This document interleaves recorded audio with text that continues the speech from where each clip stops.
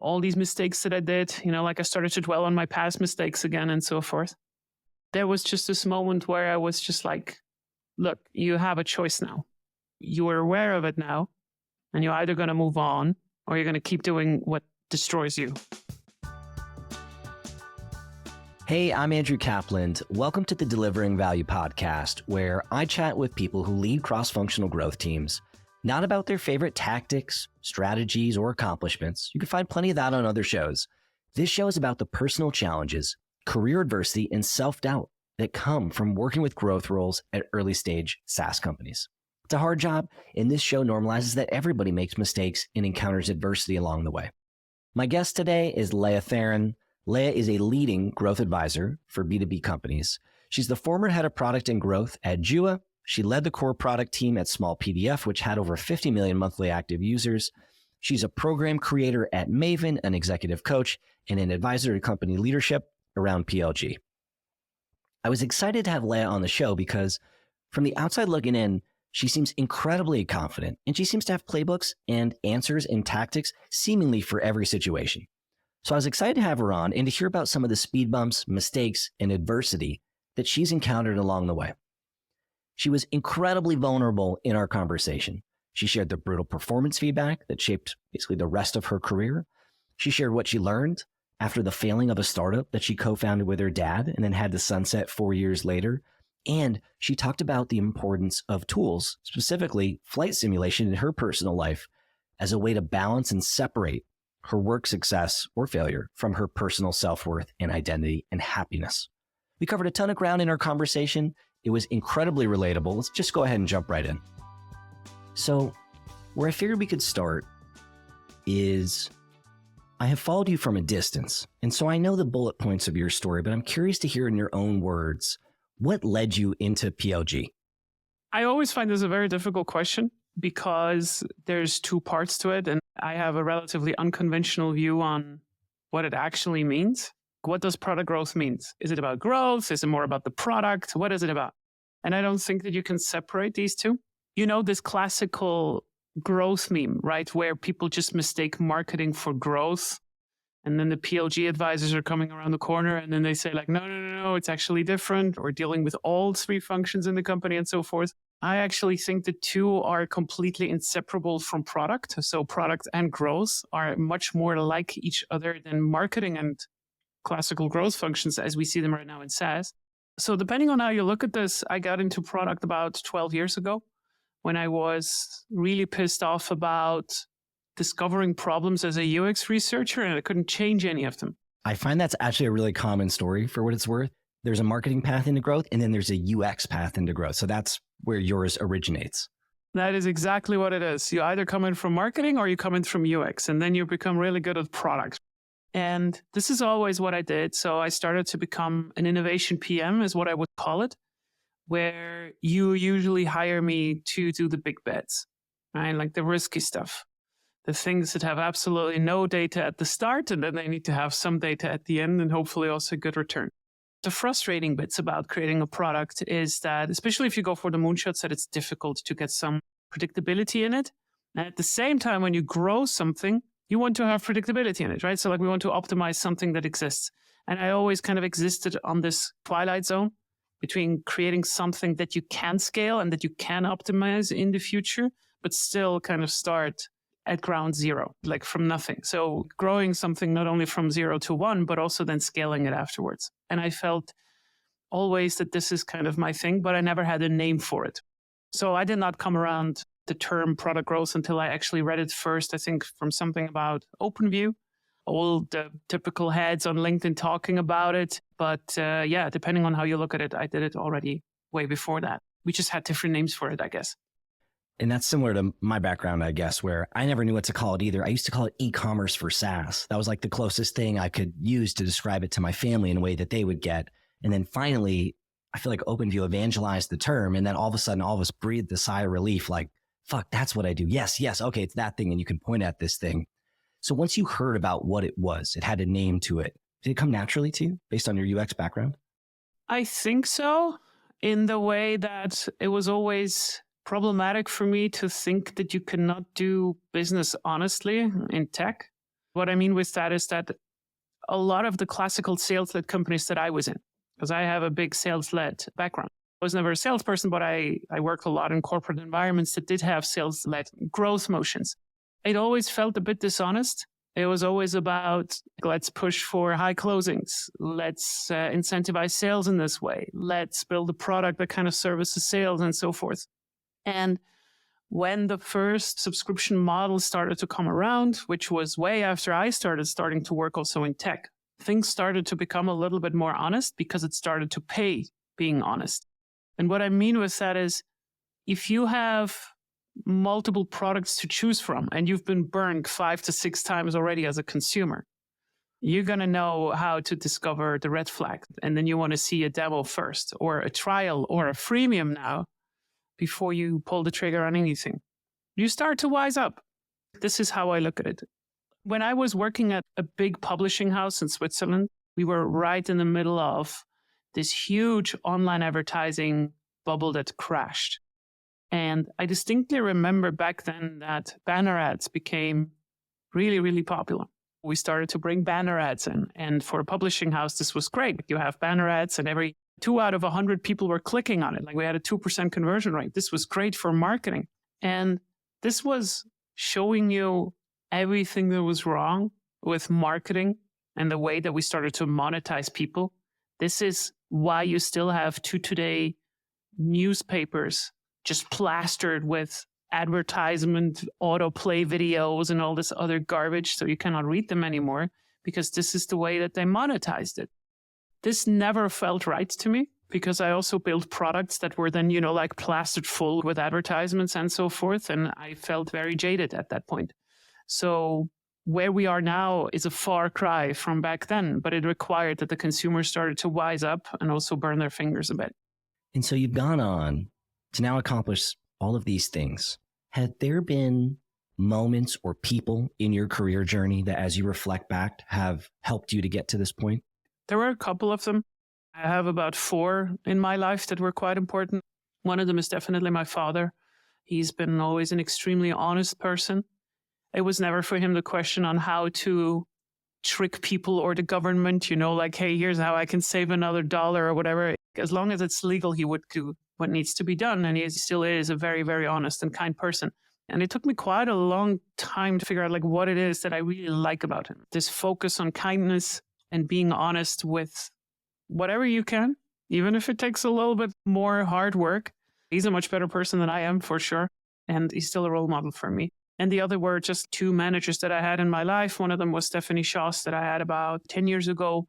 And then Mike at Small PDF, my CPO, about 3 to 4 years ago. He was very, very pivotal to me. I think we're going to talk about this as well. And then the most recent one was someone that became a good friend now, which is Elena Verna, who has helped me really, I would say, fast track a lot of my growth solopreneur journey myself, because I did not know how to put all these tools and all the knowledge that I had so far into a personal branding exercise for myself. I'm extremely grateful for these 4 people, I think, in regards to my career. That's awesome.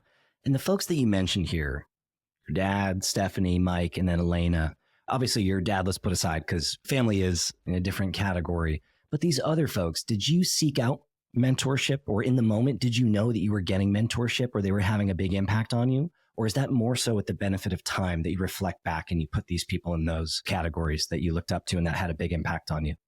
I really like this question, because I feel like one of the problems that I had back then with Stephanie, for instance, is that I soaked up everything that she told me, but I did not show that I was appreciating it. I was pretending to be a know-it-all all the time. This is the most common thing that I see. Yeah. I was thinking about this quite a lot, like why this was the case. And I think it always came from this inherent need to believe that I'm only good enough in the eyes of other people, or I'm only lovable if I also perform, or if I know something. And let's say at some point in your career, you become an executive or a head of something.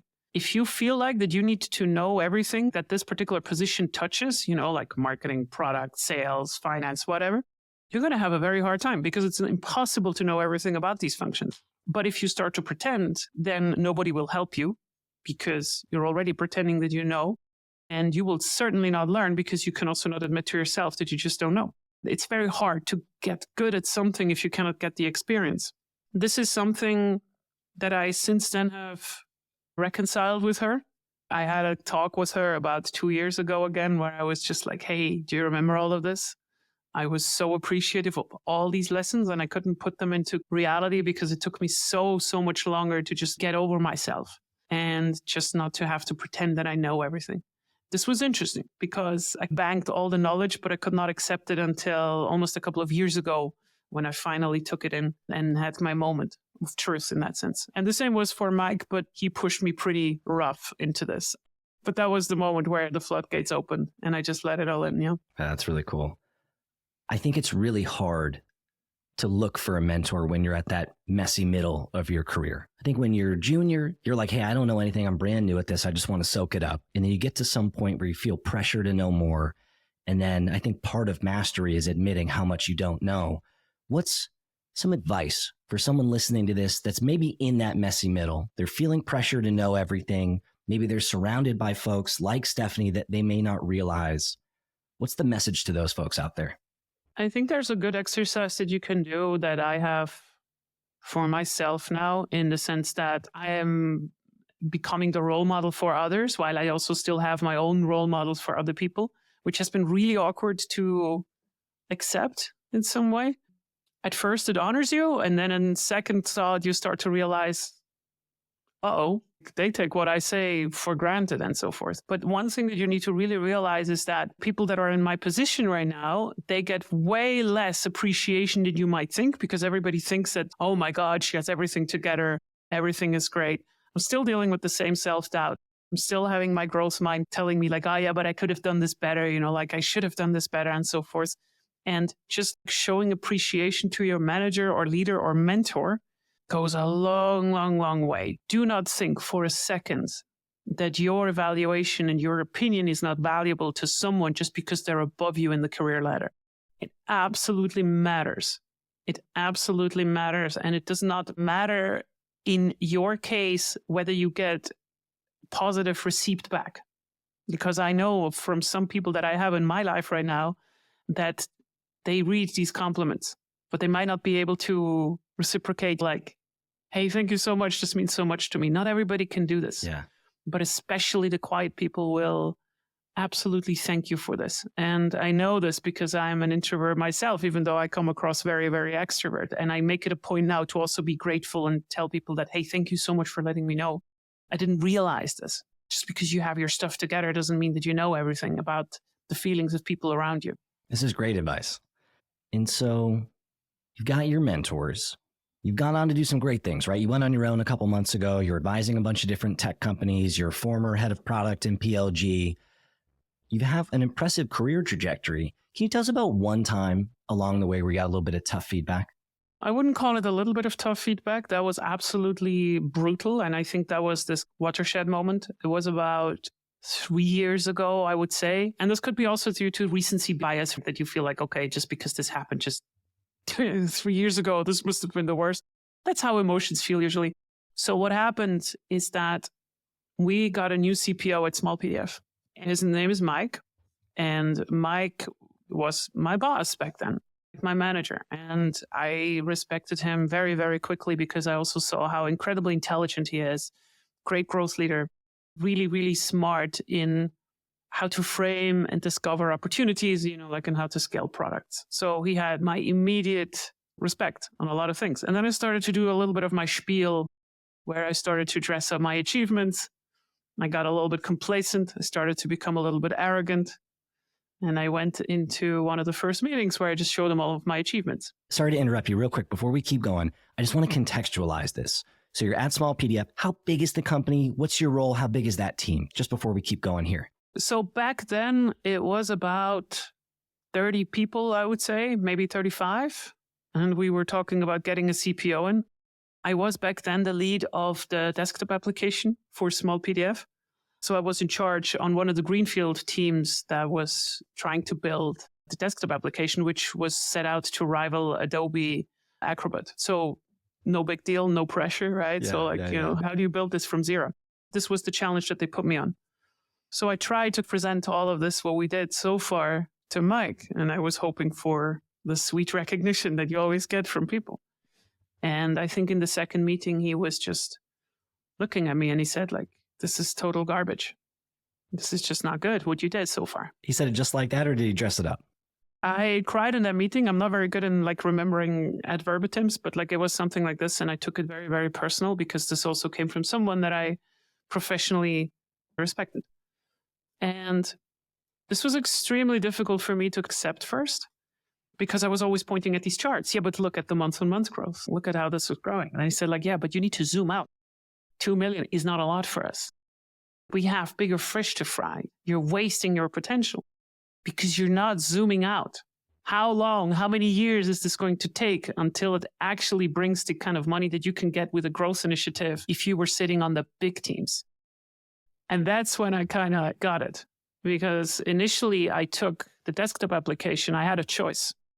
I had a choice to make between getting the desktop application and the web platform when I got into the company. And I chose the desktop application because this is where I felt comfortable. It's completely zero. There's nothing to do there yet. There's nothing there yet, or almost nothing. And I can build it up from the get-go. Whereas the platform itself, so the SaaS platform, the web interface, was already existent. This would have been much more of a growth on top of existing product. And I broke down because I did not get the appreciation that I wanted from someone that I respected. But I also, at the same time, I started to realize, damn, he's right. I wasted the time. And I also knew why I was not doing it, because I was scared. I was extremely scared of touching something that is growing so fast, the platform, right? So like the entire platform, like back then we had about 20 to 30 million monthly active users, like at the time when I started. That was difficult for me. So I left that meeting, cried about it a little bit more, and I kind of made my internal decision for myself to say that, what can I do now? I can either go back into this usual spiel that I was playing for decades, always, where you just like, no, it's not my fault, it's this, it's that. Or I'm going to go back on a call with Mike and ask him, okay, just hypothetically, let's just say you would be correct, right? Like leaving me still an exit to kind of do the really weird spiel. What do I need to know to become better at this? Give me the books. I'll read them and then I let you know. I still had to get over my pride, right? And then I let you know whether this is the right thing. And this was really the unlock moment for me, because he did not just tell me that I wasted my potential. He also said that I know you can do better. That's like a key part of this story, right? It's not just chopping you down. It's chopping you down and letting you know that you have an opportunity to be great. And this defined my leadership style going forward more than anything else that I had backwards. Can you elaborate on that a little bit? How does that play out in your leadership style? I have always a very bad feeling quite soon if I make people feel bad, right? Like if I hurt them or whatever. Like I was always very scared of leading people as well. And because I also know how it makes me feel, I don't want to reciprocate this kind of feeling to others. But when you give tough feedback about something that someone could have done different, you should always attach, and you should do it also like quite frank. This is not good. It's not like, oh, this was a little bit unoptimal. No, what you just did is not good, but I know that you can do it better for this and this and this reason, because I see that you have potential to grow in this and this and this particular part. Because usually then they also do what Leah did back then, and they push back and they say like, yeah, but I don't see it this way. It's not like this. And I said like, look, I don't care. If you want to do it better, you can come back. Here's the stuff that I put together for you. Give the proof that you care. And if you want to do this, then show me. But if not, then you don't have a room in my team at some point. I just do not have room for people who do not want to grow and just stay in this kind of victim wheel in that sense. And that is tough love, but that's what I needed back then. So you can be frank, but caring at the same time. This episode is brought to you by Novatic. We're seeing the next phase of product-led growth emerge right now. The first phase of PLG was all about using your product as a go-to-market tool. Basically creating free plans, free trials, or reverse free trials, getting new accounts to sign up, and then layering in retention and upgrade programs. It was a solid playbook. The only challenge is that the product value is hidden behind your sign-up form, which means that most of your visitors never get to see it. The next phase of PLG is all about leading with product value. creating interactive product demos, embedding them on your website, and letting people play with them, click around, and see the value before signing up. This engages way more people, which means more experience that value, more convert to your paid plans, and more become brand advocates. If you're sold on the idea, but not sure where to start, check out Novatic. Their no-code editor makes it easy to create interactive demos, and they're offering a free trial exclusively for Delivering Value listeners. Go to novatic.com/value and sign up for a free trial and see for yourself. This episode is presented by AppQues. If you work in product-led growth, you know how important activating and engaging new accounts is. Turning new accounts into active users is critical to your success in a PLG environment, and typically why activated accounts is a North Star metric for growth teams. It's why my team spent years focused on improving our new user onboarding experience during my time at Wistia and at Postscript. And that's why I'm so excited that AppQues is sponsoring the show. They're just as passionate about helping product-led companies fix their onboarding and their retention as I am. They're the leading product onboarding and adoption platform for web and mobile apps, and they've helped over 1,500 SaaS orgs create exceptional onboarding experiences that convert new users into power users and brand advocates. So if you're looking for help activating more new accounts, head to appcues.com/value. They have a free new user onboarding audit, which is done by Ramli John. He literally wrote the book on new user onboarding, and he's a close personal friend of mine. For help, head to appcues.com/value. And is that the biggest positive outcome from this experience for you, or is there another? I think it unlocked everything that came after. I'm an extremely hardworking person, but as I was a car that was always going at 200 kilometers an hour, I worked myself into the ground as well because I always went into the wrong direction. I was really good at shipping things. I was really good at building products, but I never questioned the things that I did not really understand. I never stood in front of people and said that, like, look, I don't understand this 100%. Can we take a step back? Because this is necessary to zoom out. It is necessary to say when a product leader comes to you and says like, oh, we need to build this, that you just zoom out and you're not only asking like, so why are we building this? But hey, zoom out. What are your current company problems that you have? What are you trying to achieve in the big scale? So how does this work into how the company works in general? What other opportunities do you have? And this is how I ended up as a growth advisor in the end, because this is my job. I always hear that we should do this or that. Where does this thought come from? How does it fit into the bigger picture? It's not possible if you just assume that either your skills or the ones from your counterpart are perfect. It just does not work that way. That's really cool. And is this the only low point on your journey? Is this the only major misstep that you've had? I would say in the recent 5 to 10 years, I had a lot of them. But like this was the one that I always kind of recount. And I'm also okay with talking about it. I kind of clipped this up with Mike as well. He's very great about this. And we had a great podcast episode about it as well. I think a really big one is when I ran a startup Into the Wall that I founded with my father in the early 2000s, like almost in the last millennia. What was the startup? The startup was called AdPix, and we were trying to license photographers that were producing digital pictures for the Swiss market, a very, very specific vertical kind of solution for a very small market. And this was right at the time when Corbis, Getty Images, and all these other companies were becoming quite big. The fascinating fact about this is that I had a pretty good understanding of all the customers and so forth, but I was arrogant to no end. I was 20 years old when I had my first job that paid $75 an hour. And that made me think, well, I figured everything out.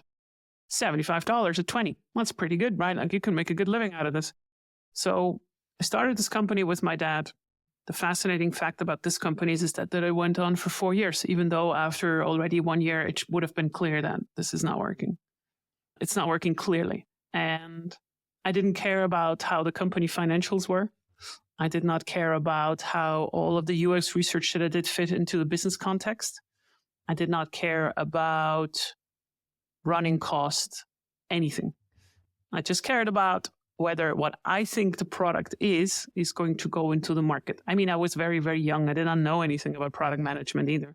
But this is just a good example of you not taking responsibility, because I could have learned. You might not know what KPIs to look out for, but it takes you like 10 minutes to just Google whether revenue and cost need to be in a specific kind of balance. Let's put it that way. So yeah, that was a big moment where I just say like, this was just wasted time. At least 3 years of these 4, for sure. And so what happens after that? So you have this opportunity with your dad. At some point, it's not going well. You kind of realize it, but you plow ahead. Then what? It took me way too long. I would say over 10 years or 15 years to even realize and learn from it. Because even when the company went under, I just blamed the market. I mean, yeah, sure. Okay. I mean, it's always the market's fault, of course, right? Like if it doesn't want your product. But I think this was an important moment where I'm just like, I should have realized earlier. But like I was full in that spiel. I joined Microsoft after this as well. Like I went to the big publishing house that I mentioned from before. And it was a good time, right? But I portrayed myself back then as a, like I already had a startup, but it didn't happen. Like it could have happened, but it didn't happen because of the market, like because this and that. And I was very good in kind of dressing up all these achievements. But I was largely unsuccessful in these companies, at least for myself, in regards to the mental capabilities or the intellectual capabilities that I could have had with the impact that I did have. Hindsight is always 20/20. Jason Fried told me that cannot beat yourself up over all of this. I'm trying to be a little bit more kind, but it feels like I wasted a little bit of time there. But like the last 3 years have been more eventful than the last 20 years before that, probably together. You know what's interesting? As you're sharing these stories, you're talking about that you were, I'm going to use my words, not yours, but you were overconfident sometimes in your abilities. And when things didn't go well, you didn't want to feel like it was you and the situation. In some ways, that's a superpower. Because the flip side of that, I work with folks as a coach all the time who have the title head of growth, director of growth, whatever. And when the company isn't growing, they feel like garbage and they take it super personally. And they think even if the situation is incorrect, they blame themselves and they beat themselves into a pulp over it. And you don't have that. And I'm wondering why, or if you have an opinion on why that might be. Because I think it's a superpower and it's something that a lot of folks will be way more successful having this mindset. I think there is a fragile balance between the imposter syndrome that you're talking about, where people are just like always thinking that they're not good enough, versus having a superiority complex where they just don't take any accountability for anything. And I think we're always on a spectrum, right? So like we're always bouncing between and so forth. So I think with age, I've gotten pretty good in lowering the maximum where this can go on the wrong side, but also like raising the minimum where it can go as well, right? Like you'll never arrive at the perfect equilibrium, but I'm not going to go out of complete control anymore. So in my 20s, I definitely believed that I knew everything then. And it's a little bit like what you said, right? So like when you're a junior, it's very easy that you think like, like I can ask questions. And as soon as you have the first successes, then you become suddenly the expert. But with increasing job titles, I think in the 30s, that's when I started to believe that I don't know anything.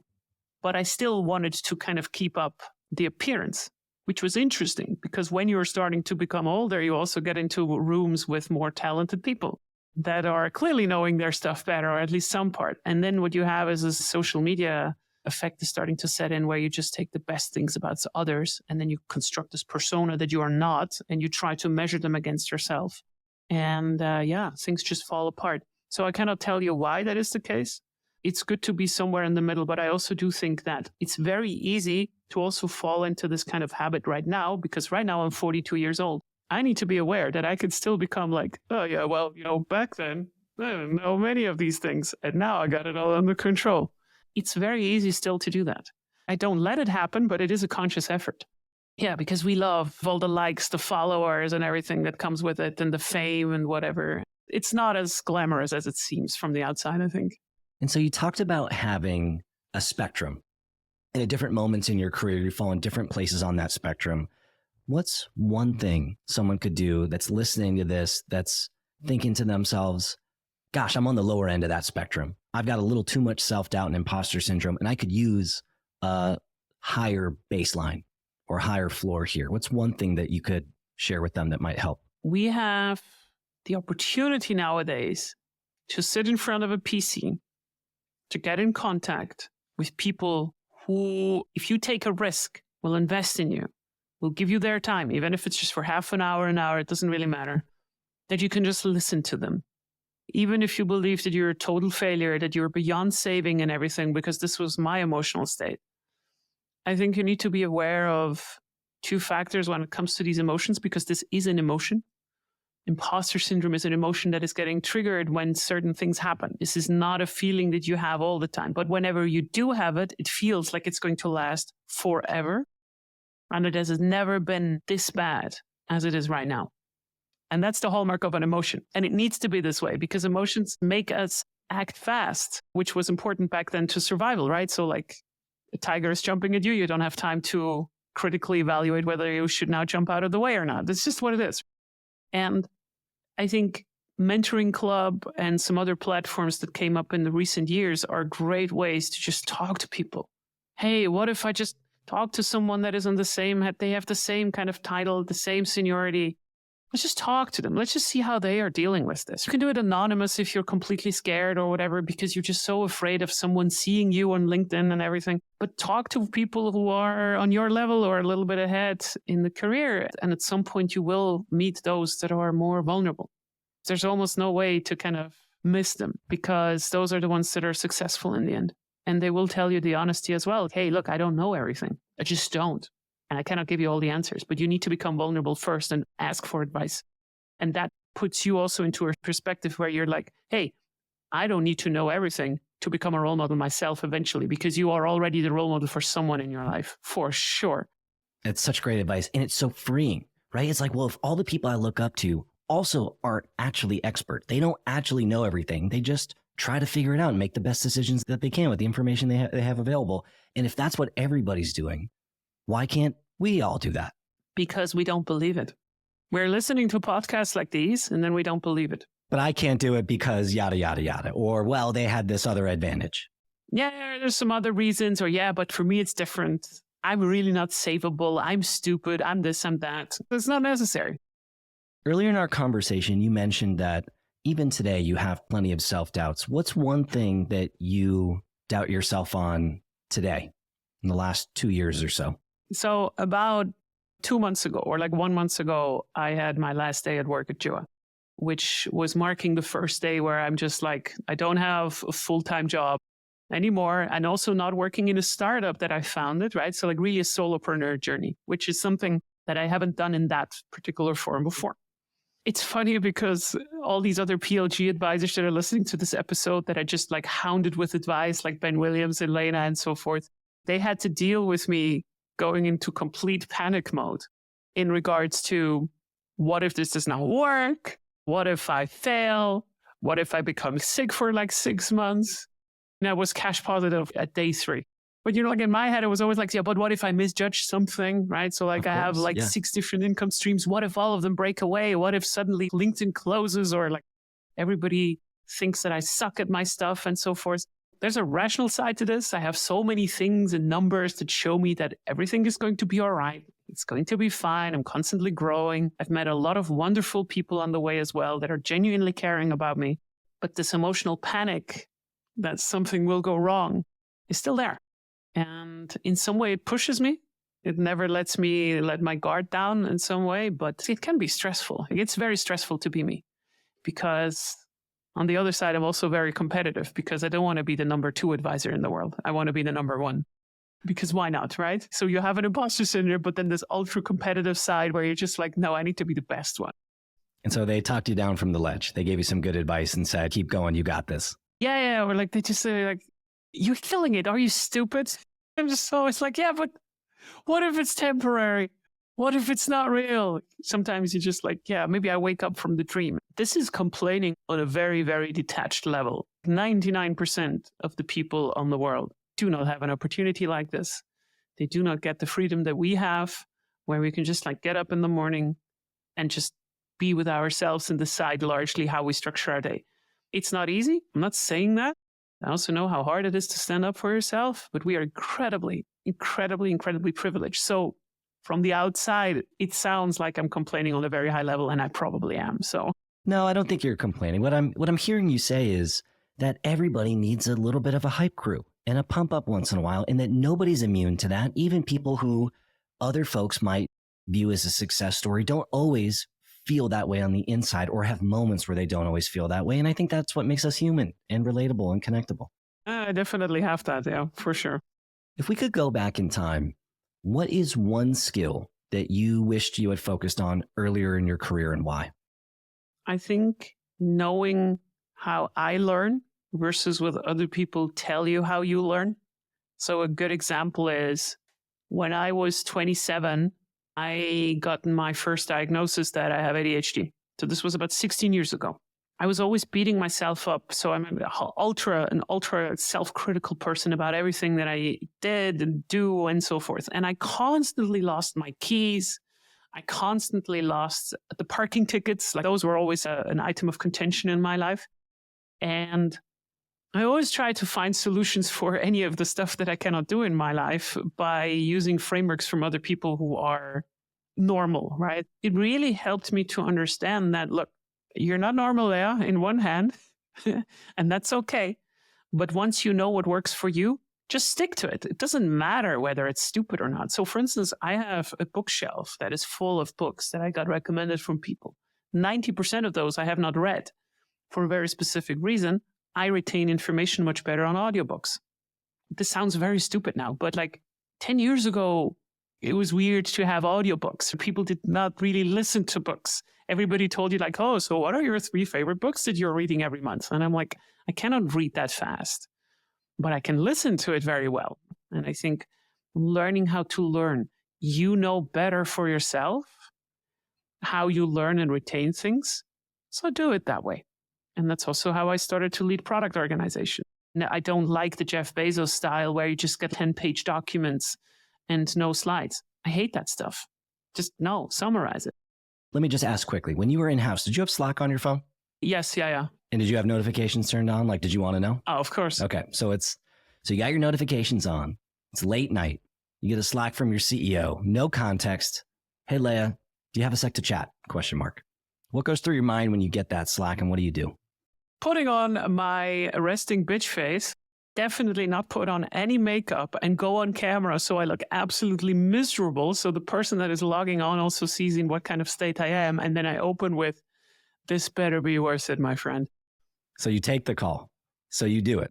I would take the call because I know that Andreas, if he would ask me for something at this time of the day, that it is important. So the other question I want to get your take on is, you shared the story with Mike earlier in our conversation about a presentation that went poorly. I'm curious to know if you were to do this again, maybe with modern day Leah, you present something, maybe a strategy, maybe someone out there is presenting their 2024 strategy because we're just at the end of this year. What goes through your head if you present that and it goes poorly? And then what do you do afterwards? I have an example that is quite actual. And I was presenting in front of 600 to 700 people, I think, on a conference. And I was not happy about how I presented it because I was looking at the recording and I was just like, this is not a good presentation. In the moment, did you feel that, or it's just afterwards you're reflecting?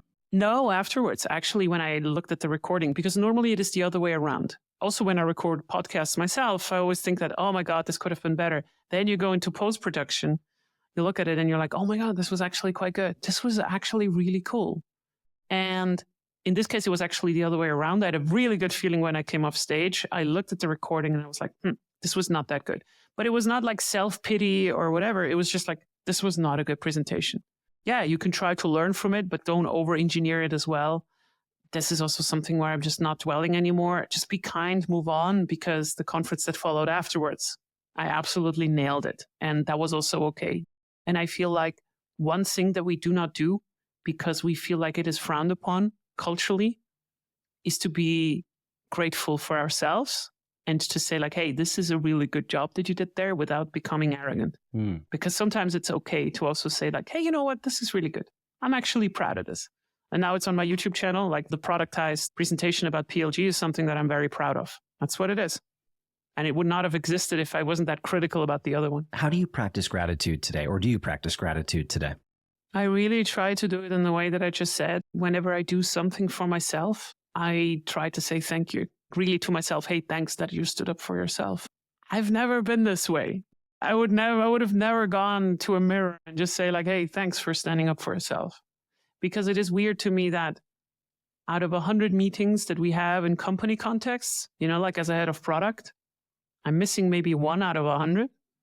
But the ones that I have just for myself where nobody's there for to check in, I miss about 50% of them. And that's a problem. I want to become the most important stakeholder in my own life. and not always all the other people. And I think that's the first step that you have to do. Yeah, that's great feedback. I want to ask you one other question. Earlier in our conversation, you mentioned the importance of honesty in your life. You mentioned it a couple of ways.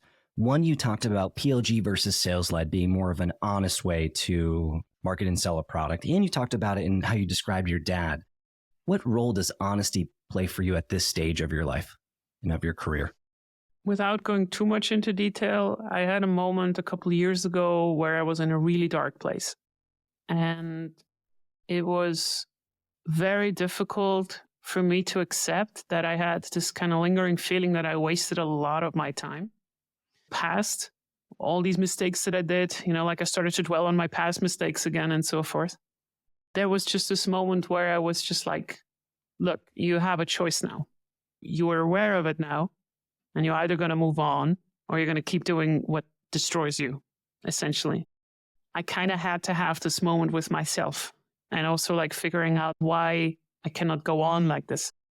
This is what I really needed to have. It was really just a discussion with myself. I was incredibly depressed back then as well. And just had to figure out, how do you go on? And it is really about that. I'm not going to go to that place anymore. And the only way that I'm not going to go back to that place is by being honest with myself about my skills and that they're not connected to whether other people can love me or not. Like me as the person that I am. And I feel like that's where a lot of good things start to happen. When you just kind of detach this, because I don't need to push 1 million ARR in order to be valuable. I think we fool ourselves in tech to sometimes think this way. I need to have a title. I need to do this. I need to do that. And to have Instagram followers. Like you're almost living your life for other people. And I'm not going to go back to that. And that to me is a form of honesty. It's hard to separate out your self-worth from your professional accomplishments, especially in the growth and SaaS world, right? It's like if your title is growth and the company grows, you can't help but feel good about it. And when the opposite happens, you kind of can't help but feel bad about it. And so finding ways to separate the two so that you're happy regardless of outcome, to me, is critical for long-term success here. Did you ever think like, hey, fuck all this SaaS stuff. I'm just going to like leave this behind and become like a ski instructor or like a barista or anything like that? Did you debate that?